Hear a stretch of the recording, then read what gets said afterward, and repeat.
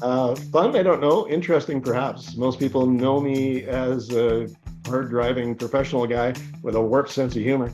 But I've always been hardworking, no matter what career, whether it was accounting or sales management or being a stockbroker or now doing this. But they don't realize the other half of my life, which was obviously just as critical or more. And that's my wife and I met at university 45 years ago. And we've been together ever since. We've got three kids in their 30s. They've all got master's degrees, so we did something right. They're all happily married, and each one of them has two kids. So we got six grandkids, six and under now. I should show you my bonus room, and believe it, there's no place to put a glass down because there's toys from one end to the other. But that's the other side of me that most people have no idea about because it doesn't fit in a business setting. I really don't talk about it much. I grew up with an inferiority complex. It took me years to overcome it. I cared way too much what other people thought, and I would have gotten away from caring that much. I'm not insensitive, but you have to realize that a lot of criticism comes from people who don't really understand or really are just trying to be hurtful. So I would pay less attention to what other people think. I would have started doing that much, much earlier. And it's funny. In my early days, I think I feared success, which is a weird thing. I think a huge number of people do that. They hold themselves back by fearing success. You know, if I succeed on this exam, they're going to want to put me in a management role, and then I'll have to give the speech at the Christmas party next year. And you know, they talk themselves out of success. I did that when I was young. I know that I did that. And then I finally, for the first time in my life, experienced what I considered a failure. It wasn't a major one, but I considered it a failure. And I realized that I may fear success, but I hate failure. And I began to fear failure. Fear failure. It'll take you a lot further than fearing success. My background in university was economics, and it's always been sort of a passion and something that I spend my dweeb reading hours reading economic stuff. I think there's a book called The Creature from Jekyll Island. It goes back to the early 90s. It was written by a guy by the name of G. Edward Griffin. And it sounds like a horror story. It's actually quite lengthy, but it goes into great detail about how the Federal Reserve in the US was created by a bunch of bankers and politicians, not for the best of purposes, at a little island off of Georgia called Jekyll Island. So the creature from Jekyll Island is actually the US Federal Reserve. And if you look at the problems that central banking, in particular that one, has caused for the global economy, for geopolitics over the last century, 110 years now. Wow, you know, that's a book everybody should read. I think we should study a lot more economics in grade school. People would have a much different view of that politics and of the way the world works. Yeah, that one's easy. I'm a hockey fan through and through. That's the only sport that I couldn't do without. And we moved to Edmonton in 1980, just when the Oilers were crawling into the playoffs in the last playoff spot. And it was their first year in the NHL. We ended up with season tickets or a share of season tickets through the 80s. They're miracle years. Yeah, I kind of live and die with the Edmonton Oilers.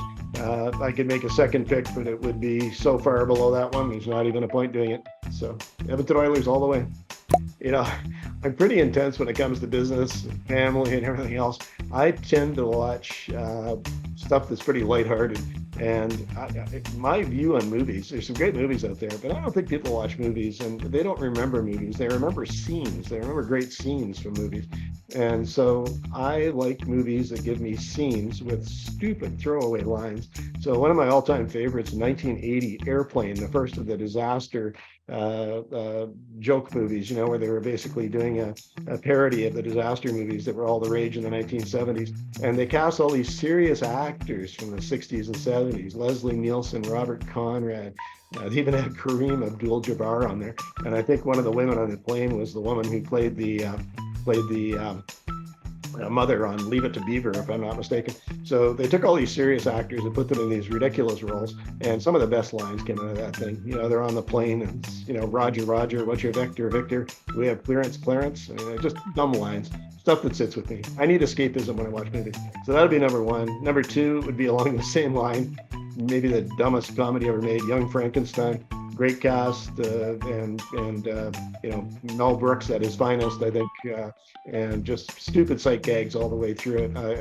I remember so many lines in that movie, and they get thrown out still on a regular basis. And the last one a little more serious, and I don't think it did that well at the box office originally. The Shawshank Redemption, and it's Tim Robbins and Morgan Freeman. They're locked in a prison at Shawshank. He's in there for I think 19 years and manages to dig his way. And I think it's just testament to the human spirit and what you can overcome if you're dedicated enough. And I absolutely love that movie.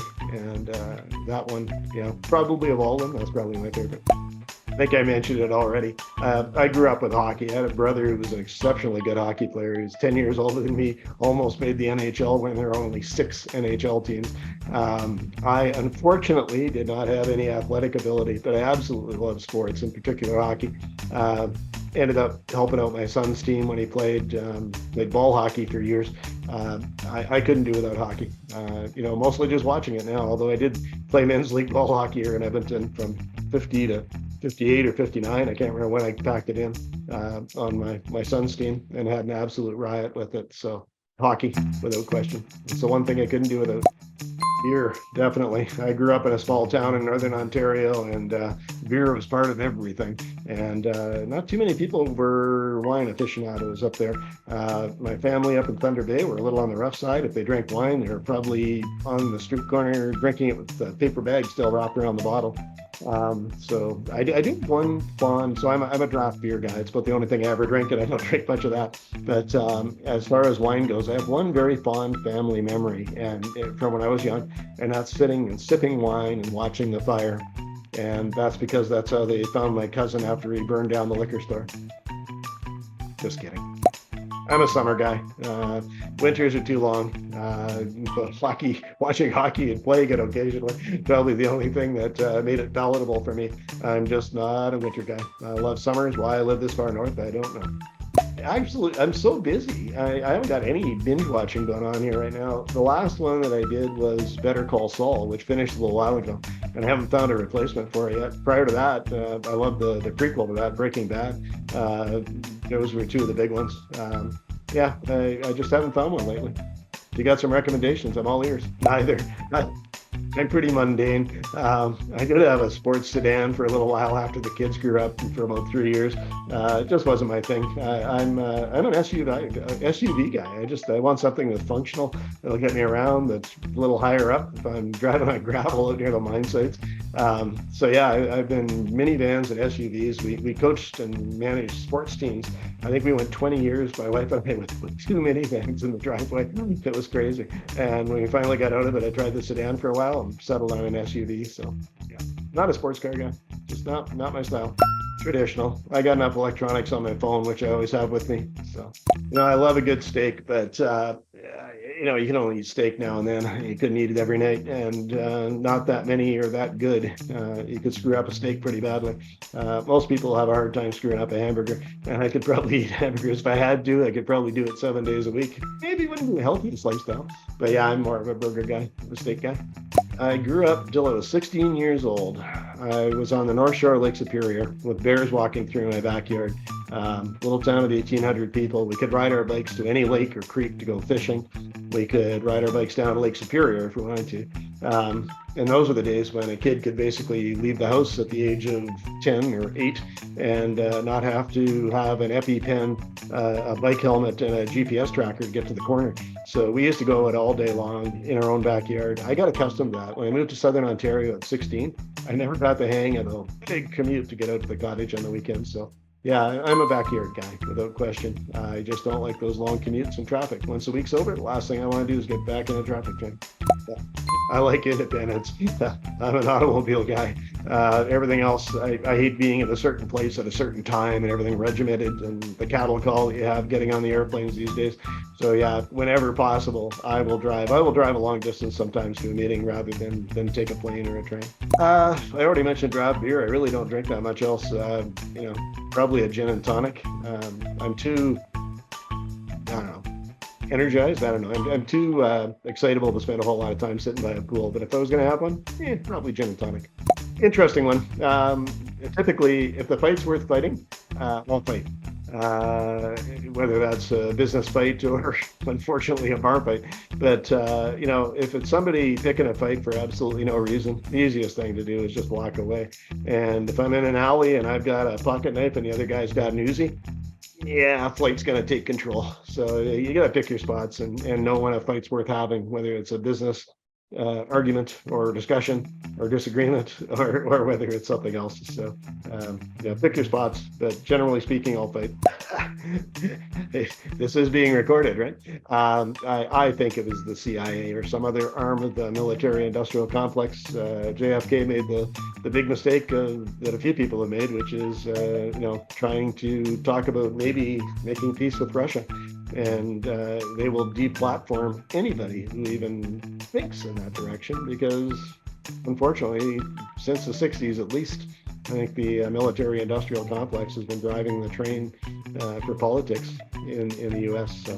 So I'd go with the CIA. By the way, if I disappear mysteriously in the next month, please give this video to the police. Thank you. Resort for sure. I'm not a. I grew up in the bush and then I moved to the prairies. I need to have my space, and putting me on a cruise ship for 3 weeks would be like putting me in a prison cell for 3 weeks. I get claustrophobic after 3 days on Vancouver Island. So yeah, resort for sure. You got to do both. Unfortunately, I'm not doing enough of either anymore. But yeah, I think you have to have a balance of the two. I've always enjoyed team sports and competitive stuff, even though I'm not very good at it. That's how I prefer to get my exercise. I'm terrible at just going downstairs and grabbing the equipment and actually doing a workout. Terrible. But I'd say both. You have to do both. Yeah. More of a cat person. We've had both over my lifetime. I like the fact that cats are independent. I like when our kids were young, having a dog with 3 little kids. They were all born within 3 years of each other. It would have been total madness to have a dog too.